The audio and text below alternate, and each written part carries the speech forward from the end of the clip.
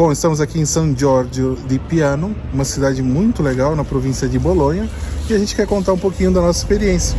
Pessoal, então, a gente escolheu essa cidade, né, que às vezes nem aparece muito no mapa, porque é uma cidade bem pequenininha, 9.000 habitantes. A gente sempre fica xeretando o mapa aqui, os arredores de Bolonha, toda a província e também a região da Emília-Romanha. Como vocês já sabem, a gente sempre repete, a Itália é feita por esses pequenos vilarejos, né, por essas pequenas cidades. Então, a gente fica muito curioso de conhecer todas elas. Acho que uma vida é pouco. Olha, pessoal, normalmente quando nós visitamos esses locais, são os locais que a gente acaba demorando mais, assim, que a gente acaba ficando mais tempo na cidade. Quando nós produzimos os vídeos com vocês, são vídeos às vezes até mais longos.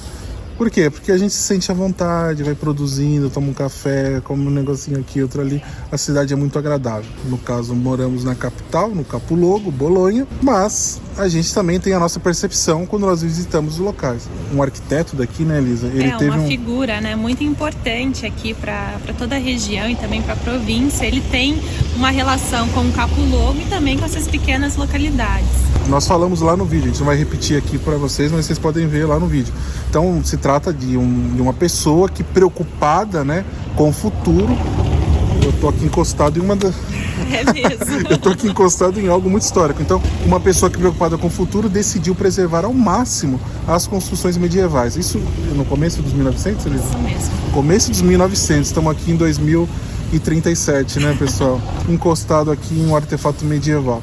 Se não tivesse todos esses artefatos aqui, talvez nós não visitaríamos aqui, porque a cidade não ia ter um interesse mínimo histórico aqui para nossa visita. Esse detalhe que você alavancou, ele traduz também os dias de hoje. Isso mesmo. E ele faz um contraponto bem interessante, porque a gente estava até comentando, e nem foi pro ar esse comentário, mas a gente vai dividir agora com vocês, que essa é uma das cidades que nós já visitamos aqui nesse período de 5 anos vivendo na Itália. É uma cidade que a gente encontra assim, residências, edifícios residenciais super modernos. Então, assim... É porque tem esse contraste, né? Com aquele palácio ali, então... pessoal. Mas é isso que a Elisa disse. Então aqui você tem a possibilidade de morar numa casa assim zerada, sabe? Com captação de energia solar, estrutura assim de primeira. Não, Elisa, desculpa, tem aquela coisa da classificação energética que começa no G e vai subindo pro A. Quando a casa é muito nova, é A, lógico, é B, A. Quando a casa é muito, muito nova, isso já está adequado assim com tudo, ela vira 3, a 4. Então significa o quê? Que você vai gastar menos com energia elétrica, menos com gás. Então, quanto menos gás você gastar, melhor, porque os gastos aqui aumentaram muito. É muito importante que as casas sejam cada vez mais adequadas aos processos de isolamento energético. É interessante você falar disso, porque é um assunto que a gente não aborda no Brasil, porque no Brasil a gente não tem esse aquecimento das casas, né? Então a gente às vezes nem repara nisso. O pessoal que está ainda no Brasil, está se preparando de repente para mudar de vida, vir morar na Itália ou na Europa, tem que considerar também essa questão de aquecimento interno, né? E como isso vai influenciar na sua vida, nos seus gastos e tudo mais. A primeira boleta de inverno a gente não esquece. Ninguém esquece. Você pode esquecer o aniversário do seu esposo, da sua esposa, do seu filho. Primeira boleta você não esquece. É verdade. De inverno. Olha, pessoal, a gente tomou um susto. Mas é isso mesmo. E outro detalhe também, pessoal, é que aqui nós estamos bem na porta, né? Em uma das entradas do centro histórico, que é um centro histórico bem pequeno, bem né? Pequeno. Assim, a gente percorre todo o centro histórico a pé, ele é muito coeso, né? Ele é muito arrumado. Mas interessante é que a área da cidade, ela se expande. Então não é que todo mundo mora aqui no centro histórico, né? Tem as residências mais afastadas, lógico, com muito acesso. E tem muitas áreas também com possibilidades para novas construções. Sim, é isso que nós reparamos. A gente reparou muito isso. Então, existem vários projetos. De repente, se vocês entrarem por curiosidade em alguns sites de construtoras ou até mesmo nesses sites de imobiliárias, vocês vão ver casas à venda que não foram nem construídas ainda, né? Estão no projeto. E olha só que oportunidade legal, né? Então, muitas vezes a gente vê pela internet assim, Eu não falo, isso aí não. Você até já sabe. Isso aí não. Só tem casa velha. Como que eu consigo uma casa nova com espaço? Eu tenho cachorro, tenho filho, tenho... Lógico, tem casa nova, tem casa antiga. E tem o que é mais caro aqui, são as casas antigas reestruturadas. Elisa, só uma licencinha aqui, ó. Se você pega, por exemplo, uma construção como essa, que é medieval, e lá dentro tem um apartamento totalmente reestruturado, assim, zerado, tudo que vocês imaginarem de mais moderno, isso aí é muito mais caro do que uma construção zerada. Por quê? Ele tem um aparato arquitetônico de relevância. O italiano não considera uma construção nova uma arquitetura relevante, no sentido de prestígio. É como os apartamentos antigos lá no centro de São Paulo, no Higienópolis, tem apartamentos modernistas lá. O pessoal fala, por que custa tão caro? Porque é uma arquitetura que ela já está estabelecida, tem arquitetura assinada, tem arquiteto A, arquiteto B. No Brasil é assim, aqui é a questão da história, né? Então, quando tem história envolvida e tem um apartamento reestruturado, isso é muito valorizado.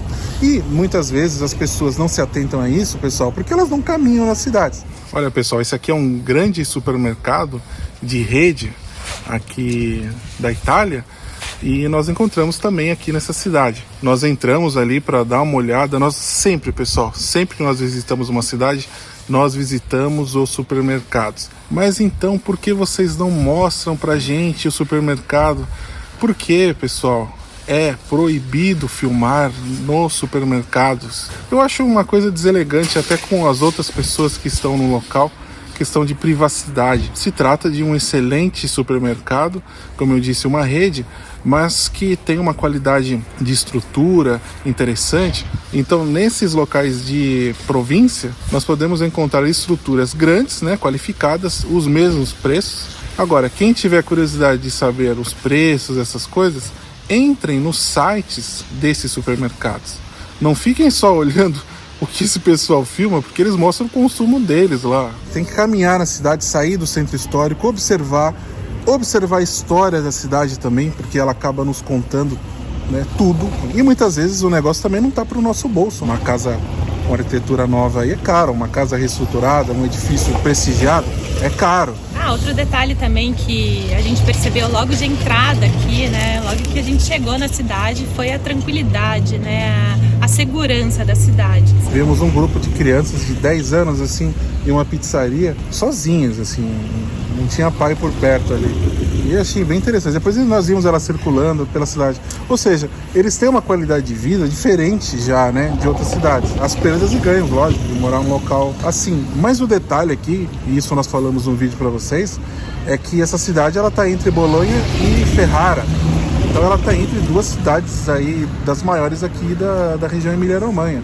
Em apenas 15 minutos, acho que você está em Ferrara, e 25 minutos lá em Bolonha. Então eles têm também, lógico, esse trunfo, né? É algo muito interessante também.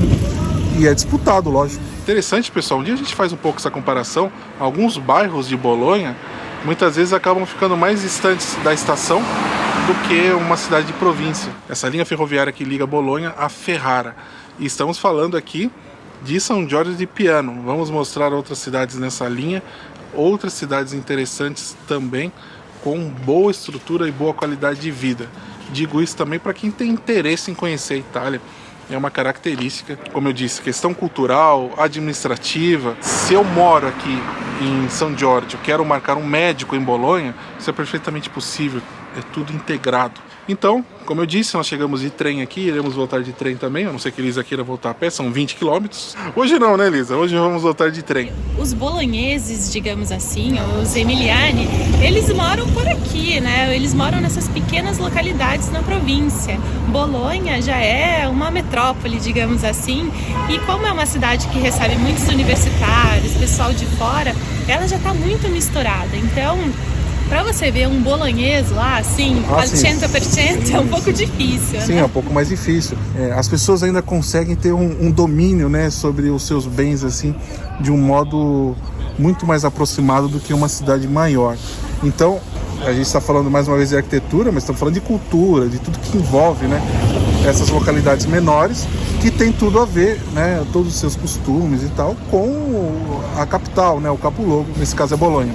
E como o acesso é muito facilitado, é muito fácil você ir lá para Bolonha se você precisar resolver algum problema e fazer alguma coisa burocrática, né? Algo muito específico.